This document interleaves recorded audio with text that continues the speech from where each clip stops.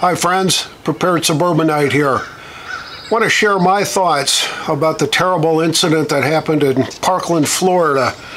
Nicholas Cruz, the shooter, ended up killing 17 kids in that school. And I've got some definitive thoughts about what's really going on there and what the call for action really is all about. So stick around.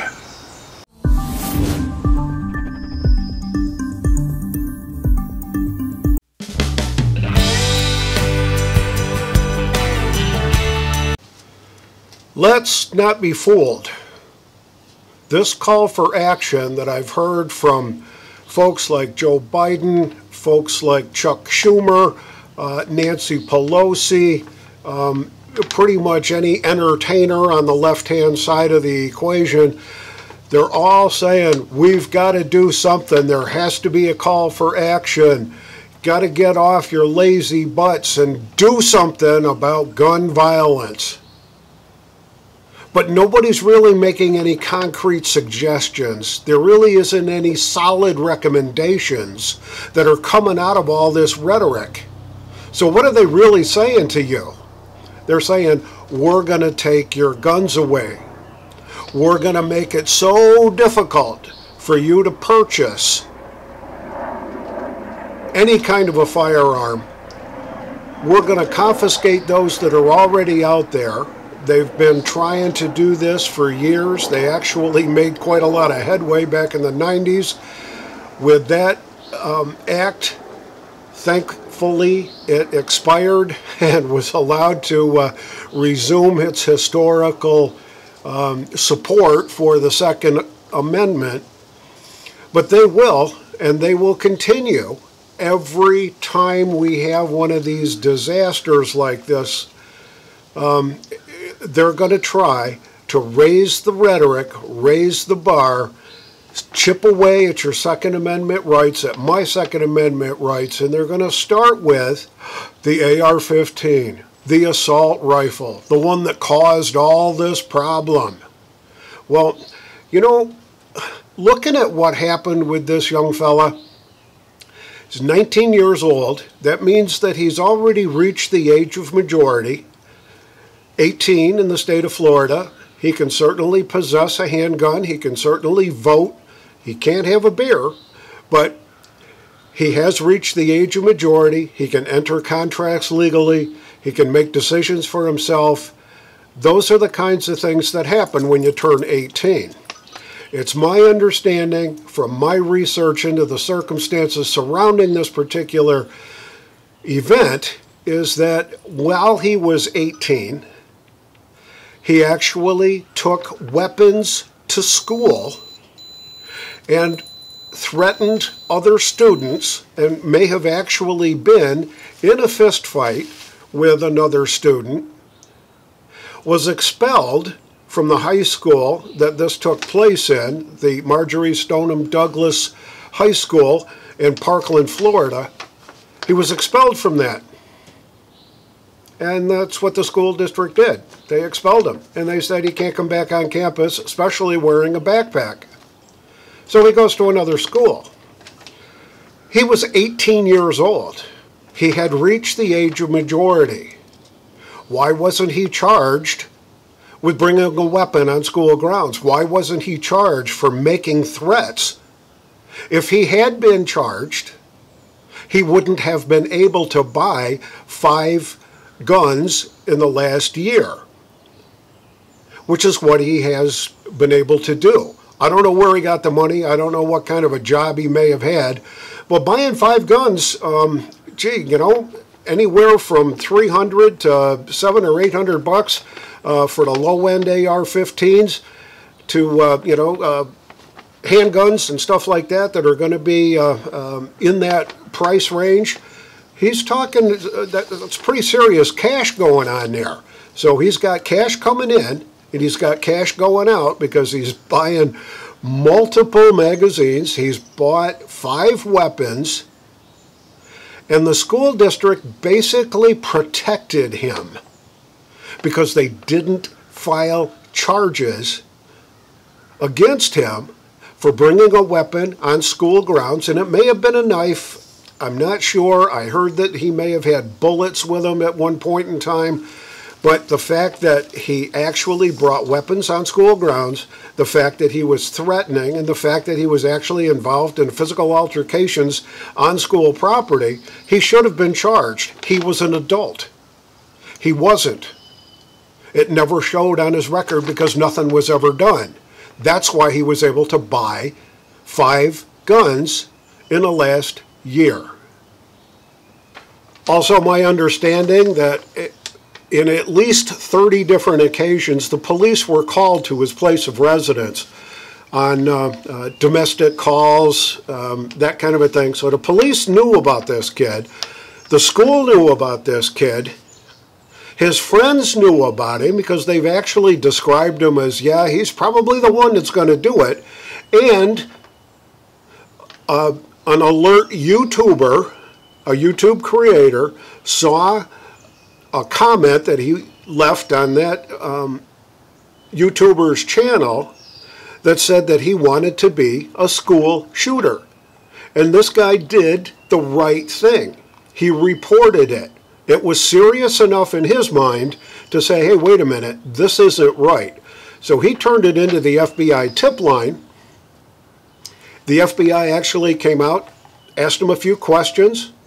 Do you know who this kid is? Do you know anything about him? Anything like that? That was it. They didn't follow their protocols.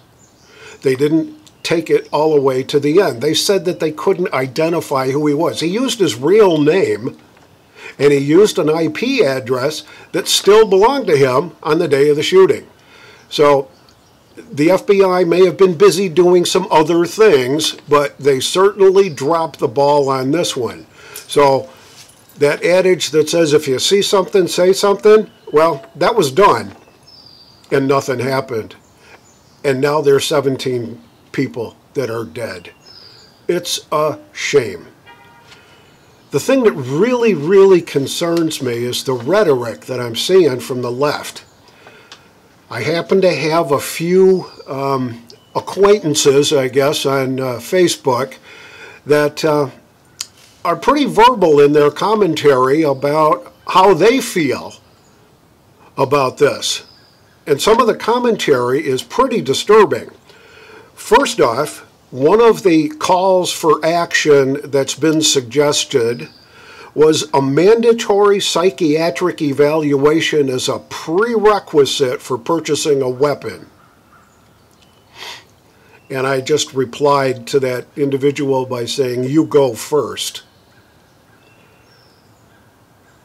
They're calling for an outright assault rifle ban. Now, I don't know what an assault rifle is, but they're targeting the AR-15 because it looks scary. And it has been involved in a number of shootings in the recent past. No question about it, but it's not the AR-15 that's doing it. My AR-15 is sitting in that gun safe, sitting right over there, and it hasn't gotten itself out of that safe and gone out and shot anybody. And it just doesn't happen that way. To pull that trigger, you got to have a human being pulling that trigger. This kid was disturbed. He had some issues. His mother just recently passed away. He was farmed out of state to go stay with some relatives in a different state. He didn't like that living arrangement, figured out a way to get back to Florida. And there he was. He was very, very troubled.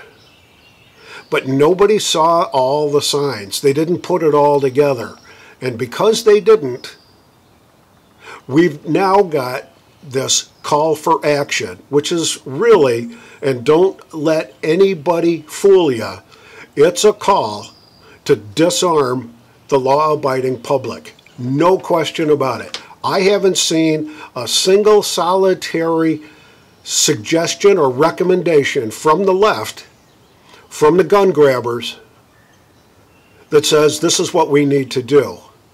Nothing about personal responsibility, nothing about the responsibility of law enforcement and the school administrators to do something when they've got an adult in their class that commits a crime. They've got an adult in their school that commits a crime, multiple crimes apparently, and they didn't do anything about it because they were trying to protect him. He's just a young fella. In fact, one of the fellas that I was talking about this thing earlier this week said, well, they shouldn't allow kids to buy guns. He was not a kid. He had reached the age of majority. He's 18 years old. You want to change that? Raise the age of majority to 21. But that still doesn't make any difference. Age 18 is an arbitrary line in the sand. It doesn't mean that at 17 years, 364 days, that you can't do anything, and the following day, oh, you're a full-blown adult with all kinds of personal responsibility built in. No, that doesn't happen that way. Some folks never reach the age of majority. Some folks never reach adulthood. Some folks can't think that far. I've about had it with this kind of rhetoric. I've had it with the lies that they're spewing about these 18 school shootings since the first of the year, about how the NRA is a terrorist organization, about calling for mandatory psychiatric evaluations as a prerequisite for gun ownership. No, that's not going to do it. It's a matter of personal responsibility. It's a matter of parental responsibility. This kid had a troubled childhood, and 17 people ended up paying the price for it because nobody was willing to take the steps necessary to make sure that this kid was getting the treatment that's available and he should have been involved in. He apparently did, a year or so ago, attend some psychiatric evaluation or counseling, but he never followed through on it. It had been, well, a number of months anyway, let's just say that, a number of months since he had ever been back.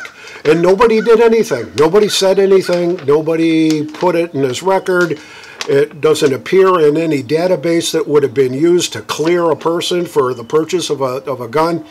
The fact that a school is a gun-free zone, and you're not supposed to have guns in a gun-free zone, that didn't dissuade him.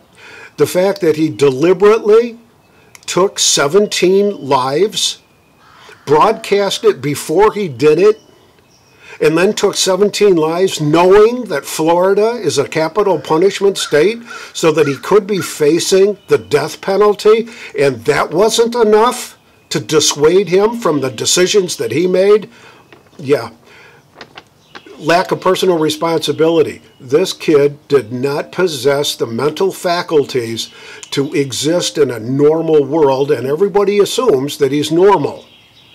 I'm very concerned about this kind of rhetoric that's calling for mandatory psychiatric evaluations and the continuing lies that Trump somehow has reversed an Obama-era regulation that allows mentally ill people to purchase guns. That's not what happened. And I urge you to go research what that was all about. It was a violation of individual constitutional rights. There was no due process involved in that. The fact that a Social Security recipient may need help doing budgeting and writing checks and stuff like that, that in itself does not make that person mentally disturbed. And there was no recourse in that regulation for that person to challenge that decision. Oh no, it didn't exist. That's why it was reversed. That's why it was overturned. I got to give Trump credit for that one. That was the right thing to do. Personal and parental responsibility here for the rearing of a child is, I think, one of the key factors. I'm old enough to remember Dr. Benjamin Spock and the child rearing theories that he came up with back in the late 50s and the 60s and all that. It turned parenthood upside down. It basically said, be a friend to your kid. Don't yell at them. Don't punish them. Reward them for good behavior. talk to them, be their friend, all that kind of stuff. And it swept parenthood, it swept the whole parenthood philosophy of the olden days under the table, and a lot of people adopted this new methodology of pretty much hands-off, no corporal punishment, just talk to them, feel it, open your hearts to them, all that kind of stuff. Nothing about personal responsibility, nothing about respect for authority, and kids learn what they're taught. And if they're not taught this kind of discipline, self-discipline, respect for authority, this is what happens. And I'm not necessarily blaming Dr. Benjamin Spock for all this. I'm blaming the parents of folks like this poor kid, this Nicholas Cruz. I'm blaming them for not doing it the right way, for not holding their kids responsible, for not teaching them respect for authority and respect for themselves and respect for others and respect for property.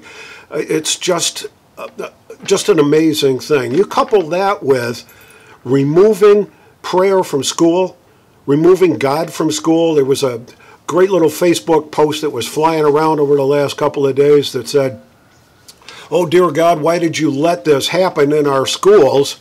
And the reply was from God, who said, "I'm not welcome in your schools anymore." I think that says it all. This is the Prepared Suburbanite. Watch your back. I'll see you on the next video.